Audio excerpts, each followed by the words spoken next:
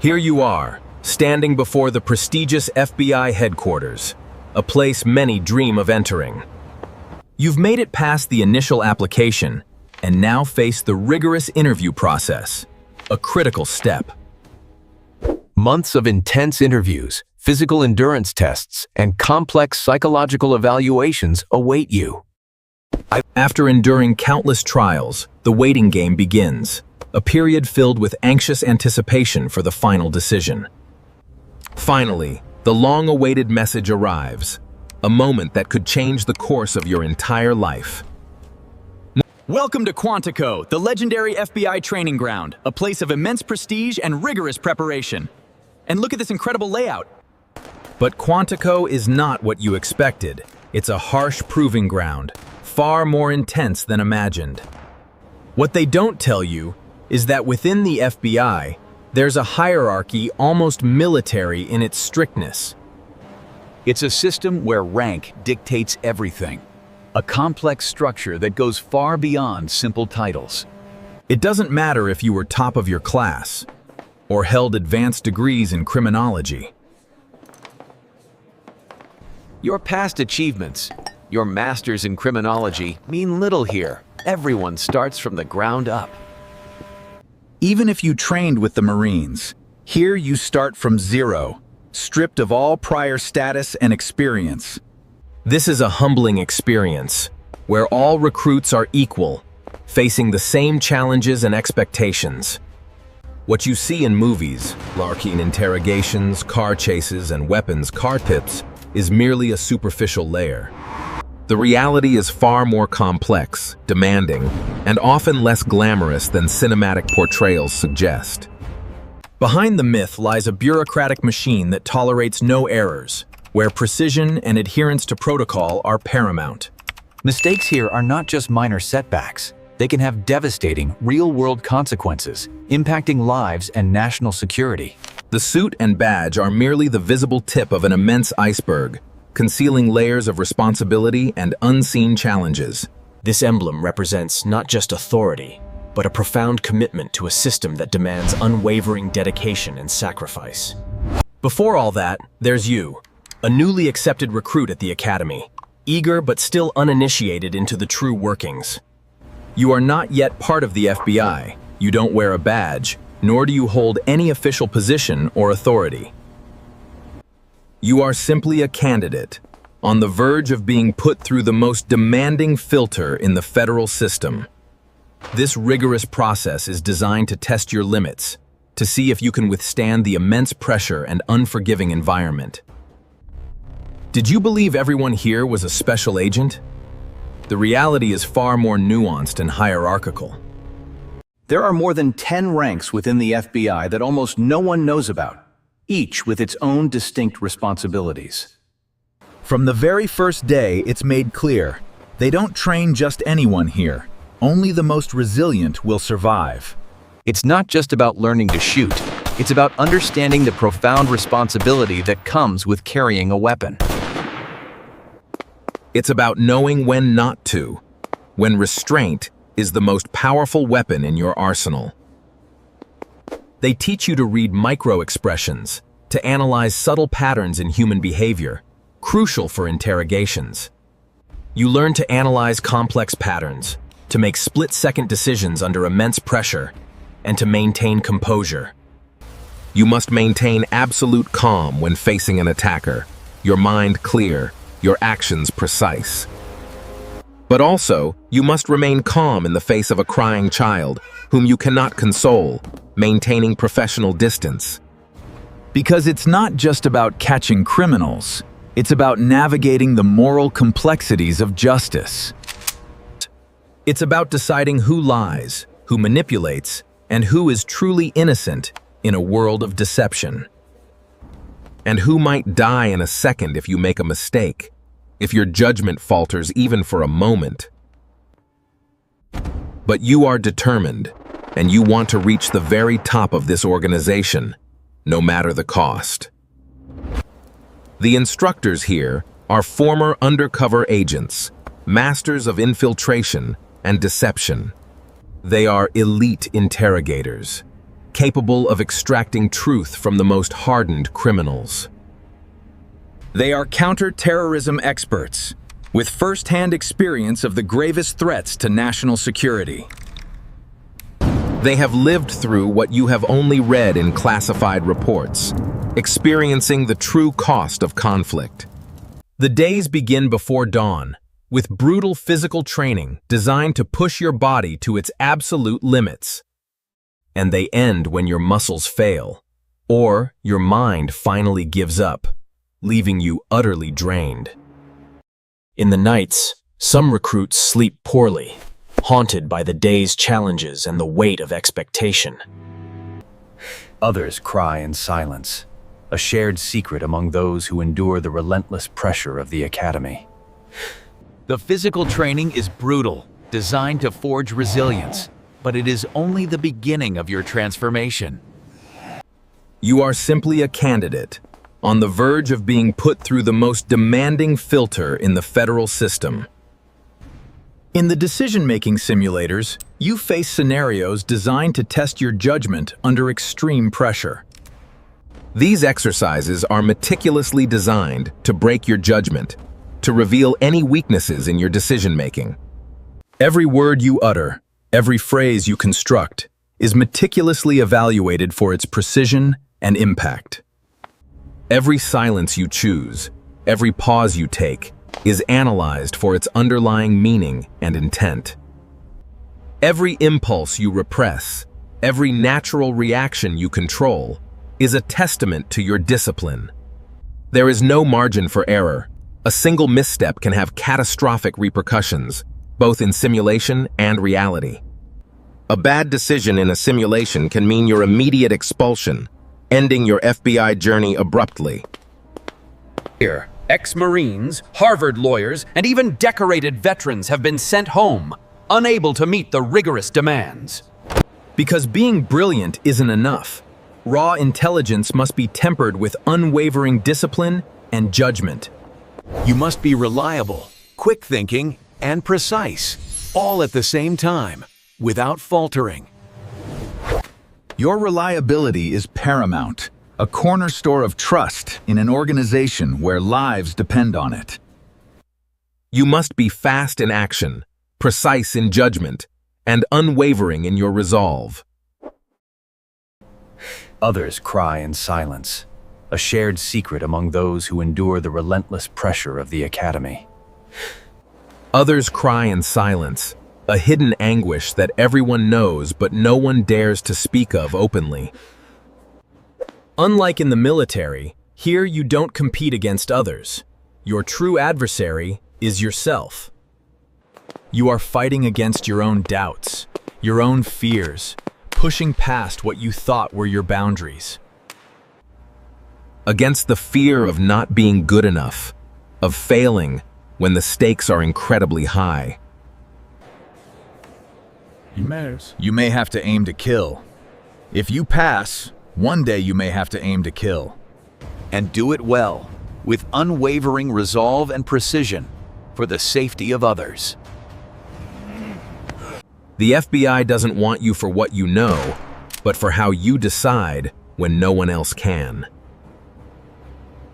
That's why, while you train, you are already being observed, every action meticulously recorded. Your instructors report every error, every improvement, every moment of doubt you display. And when you finally finish, when you believe the hellish training is over, a new challenge awaits. You are called into a windowless room, a place of ultimate judgment and destiny. There, in an opaque envelope, they hand you your official identification and your service weapon. And for the very first time, your badge, a symbol of your new identity and responsibility. Now you are a special agent of the FBI. A dream realized, a new chapter begun. But don't be deceived. The truly difficult part begins now, in the real world of federal law enforcement. When you arrive at your first field office, the reality of your new role quickly sets in. You discover that you still don't mean much. You're just another cog in a vast, complex machine. You don't choose your cases, nor do you select your partners. Assignments are given, not requested. You are assigned a folder, a shared desk, and a never-ending list of tasks. Your work is in the field: surveillance, interrogations, arrests, far from the heroic missions you once imagined. You conduct surveillance, analyze evidence, and interview witnesses, meticulously gathering information. One day, you're tracking a digital scammer, meticulously tracing their online footprint. The next, you're analyzing evidence from a crime scene, every detail crucial to the investigation. And in the midst of all that, reports. Many reports, documenting every single action. Because here, everything is meticulously documented, every detail recorded for posterity and accountability. This position is for the typical suit-wearing agent you see in movies, but the reality is far different. In reality, it's just the lower level, where the grunt work and endless paperwork often overshadow the excitement.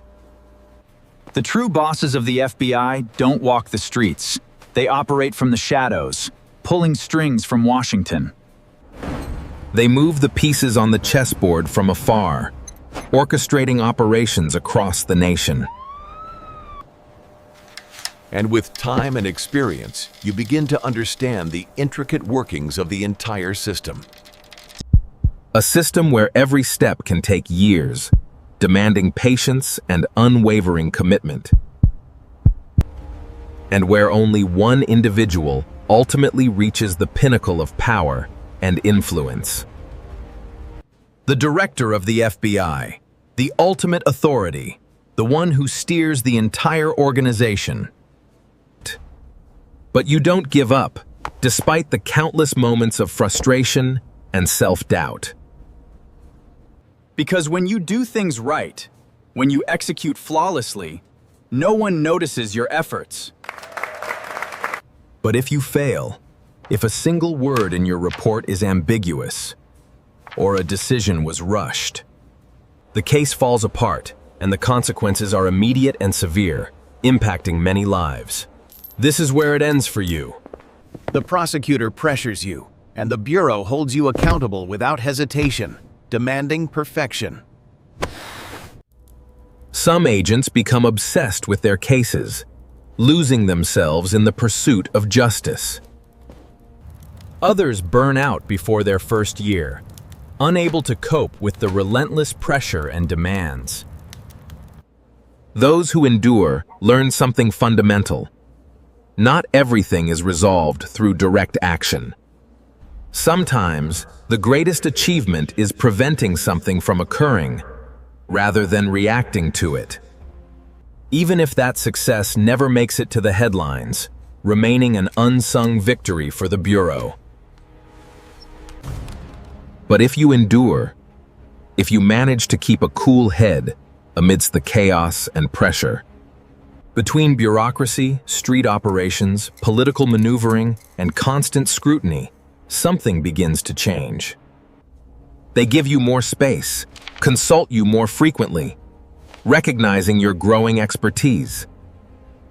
They trust your judgment, your instincts, and your ability to navigate complex situations effectively. And without you even realizing it, others begin to follow your example, looking to you for guidance. That is the first hint, the initial step towards something much larger, a leadership role. This step is barely perceptible, a subtle shift in your standing within the Bureau. You become a senior special agent, a title earned through years of dedication and proven competence. But there is no grand ceremony, no official badge presentation. It simply occurs, a quiet acknowledgement. One morning, you notice that other agents are no longer assigned to you. Your role has shifted. Now, agents are assigned to you. looking to you for direction and leadership in their missions. They no longer give you direct orders before intervening. They consult you, seeking your expertise. They call you when there are doubts, when complex situations require your seasoned insight. And when a new recruit crosses the office entrance for the very first time, you are their guide. You are the one who accompanies them on their first undercover operation, imparting your wisdom. That is being a senior special agent. It's not an official promotion in the traditional sense. But the change is deeply felt, a recognition of your invaluable operational judgment and leadership. More than 5 years in the field, in real operations, have given you something invaluable. Something that isn't taught at Quantico. Operational judgment, honed through countless real-world experiences. And that, within the FBI, is worth more than any medal, more than any official commendation. You know the procedures by heart, having executed them flawlessly countless times. You have testified before federal judges in cases involving domestic terrorism, upholding justice. You have interrogated cartel members who tried to manipulate you with intimate details of your life. Look, just think about my family, man. My kids, they don't deserve this. Please. Details extracted from social media, a chilling reminder of the constant threat to your personal life. And you have participated in operations where the objective was lost for mere seconds. And someone got hurt. A stark reminder of the real-world stakes of your decisions. You've made mistakes, like entering 2 seconds before the SWAT team secured the perimeter. And ending up with a fracture that still bothers you every winter. A constant physical reminder. But you're still here, because you learned to detect the exact moment when serious errors are made. And that, now, is your principal responsibility. To prevent, to guide, to ensure success. You no longer just solve cases. Now you prevent new recruits from making the same critical failures.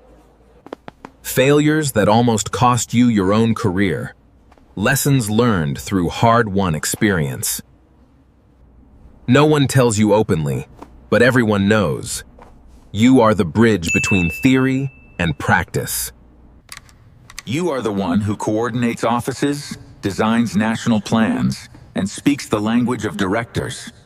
Regional Command. You ascend to Deputy Field Office Director, a position few ever reach.